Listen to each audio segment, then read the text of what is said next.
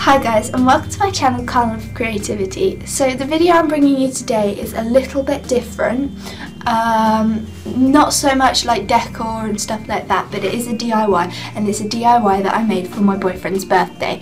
And it is a DIY BMX bike bag. So I hope you enjoy, and yeah, please comment and subscribe if you like this video so that you're notified when I upload new content. Thanks guys, let's go! First you can see me rolling out some strips of wallpaper. This was simply to make a template that I could cut fabric panels for the front and back of the bag out. To get the right size I found the middle of the paper and then measured out the length of line A on one end and measured up the middle length B and drew line C centred in the middle at the point where B ends. Then I drew the angled lines by drawing against a tape measure and cut out the template and 4 panels the same size as the template, 2 for both the back and the front of the bag. I also cut a piece of 3mm hardboard about 1 inch smaller than the template to sandwich between 2 pieces of fabric. Here I am just laying out and pinning together all of my pieces of fabric. You want to cut out 3 pieces of fabric of wadding the same size as the template and some wadding and fabric to go around the sides to essentially make the bag 3D. For this I measured the length of each of the 4 sides of the template, drew this on my fabric with tailor's chalk and gave all pieces a width of about 30. The width of the bike from crank to crank added 10 cm approximately for wiggle room and seam allowance. You want to cut each of these 2 pieces for each side and 1 bit of wadding the same size for each. I then sandwiched each side fabric, wadding, fabric and pinned it to the place except for where the back and bottom panel, which was sandwiched fabric, wadding, wood, panel, wadding, fabric.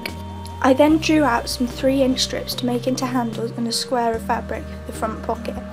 I cut out some netted fabric to be half the height of the template but the same length, and I stretched and pinned elastic to one of the long raw edges. Now it's time to sew. I sewed down both long edges of 2 20cm long strips pinned together, cut off the excess material next to the stitching and turned the strap the right way round. This is a bit tricky and quite time consuming. I then top stitched one side of the strap before sewing the elastic to the netted fabric panel, stretching the elastic as I went. Now I am making the pocket by making concertina pattern with the edge so that it's 3D. I folded it over 2 times, cut out squares in the corners to reduce the bulk of fabric, and sewed the 2 sides of the fabric of missing square edges together to make it 3D. I did this to a bigger section of the fabric at the bottom and a smaller one at the top and sewed in the zip before sewing the whole pocket to the front panel of the bag. I then sewed the netting to the inside front panel and added inch strips in 3 places along the elastic for support. You don't want to completely sew along the elastic side, only at the other 3 sides, as this will be a large inside pocket. I then sewed all of the way around the panel so the wadding was secured to the fabric and cut off excess wadding from around the edges.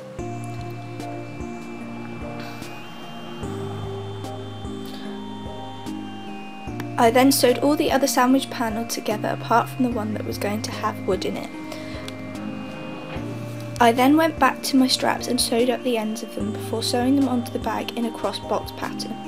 I did this for 2 shoulder straps sewn to the back panel and 2 small hand straps sewn to what will be the top and side of the bag.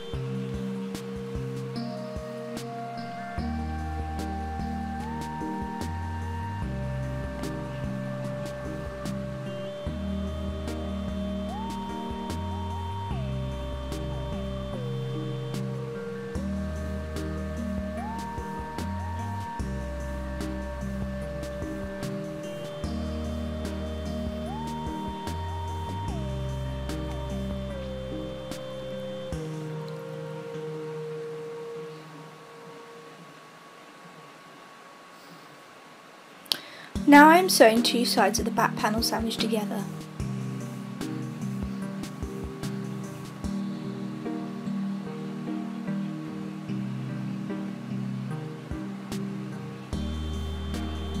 before slotting in the wood and sewing up the remaining two sides, making sure that I have caught the ends of the elastic in the sewing line on the inside that will be used to secure bike wheels in place, before trimming the excess wadding from around the edges.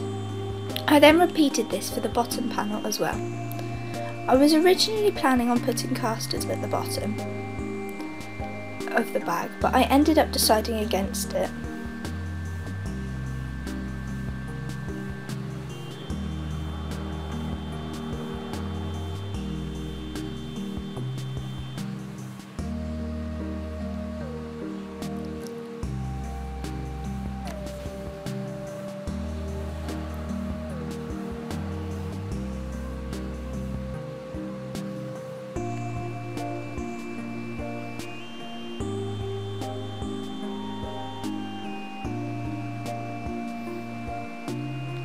Now it's time to sew all the side pieces together to make one long panel. I started by sewing each individual panel before cutting off the excess wadding and sewing them all together.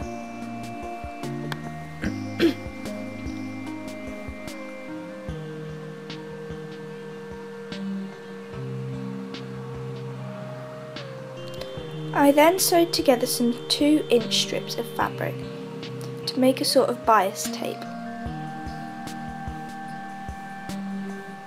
and use this to conceal the raw edges with the wadding sticking out. I did this to all of the edges that would be sewn to the zip.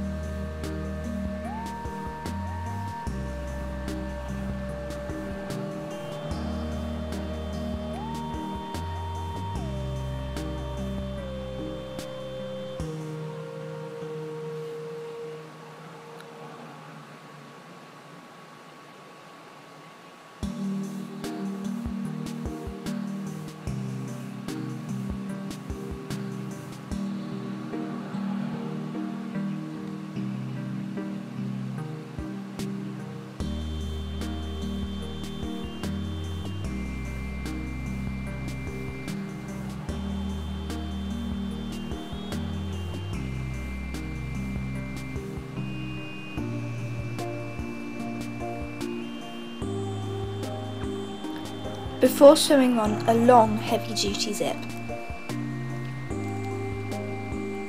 to only 3 of the sides, and that is a key bit because you don't want to have a zip all the way around.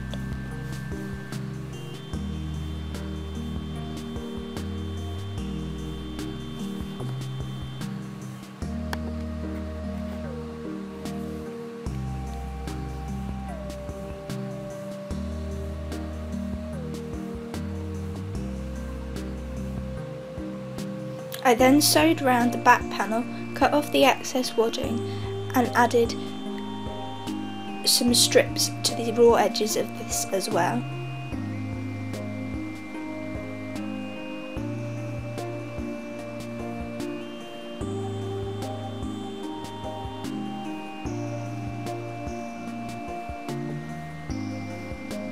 I then continued sewing the strips to the rest of the raw edges before attaching the top panel to the side panel, like the spine of a book. The zip only needs to go around the length of 3 of the sides, and I wanted to make it so the spine was on one of the long sides.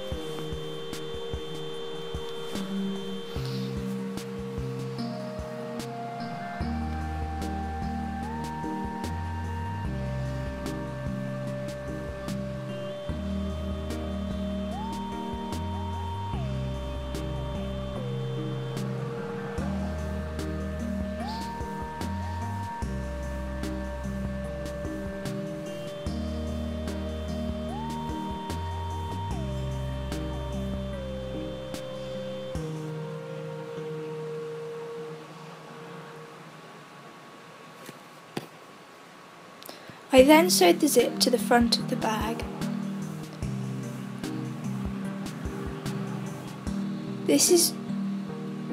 where it starts to get a little bit tricky and fiddly, as I then sewed tape to the back edges before sewing the back panel on to all of the side edges.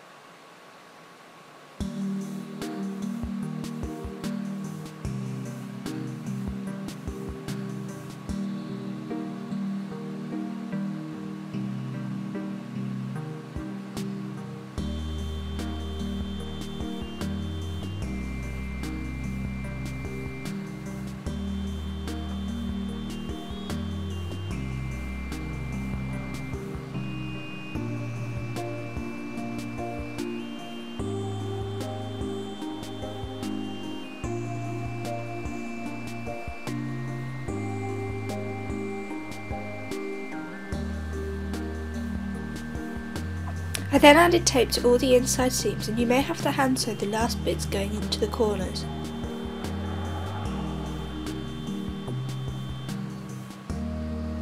I lost the last clip, but basically all I did was finish taping all the seams.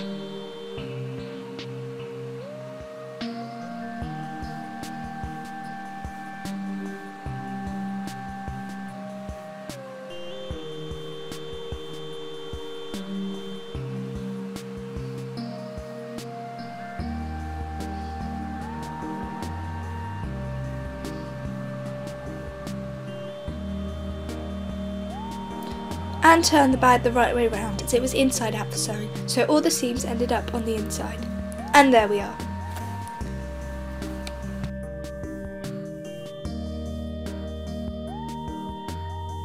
Thanks for watching, guys. I hope you enjoyed this video.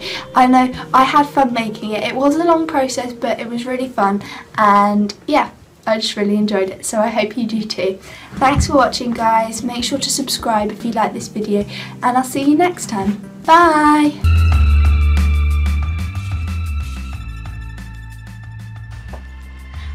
and welcome to my channel, Carnival of Creativity. Today I'm going